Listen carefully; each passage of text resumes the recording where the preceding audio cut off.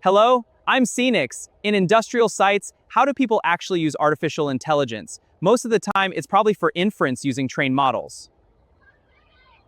In this video, we'll check how well Pascal2 can perform inference in real industrial environments using only CPU, with no GPU at all.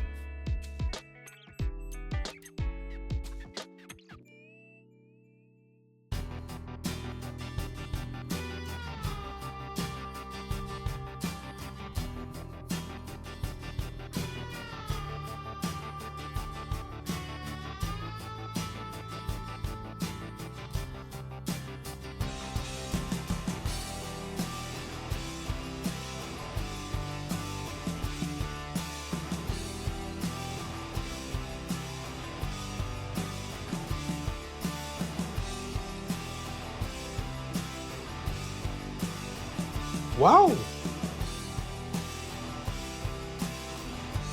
Pascal2 delivers top performance even on low-power CPUs.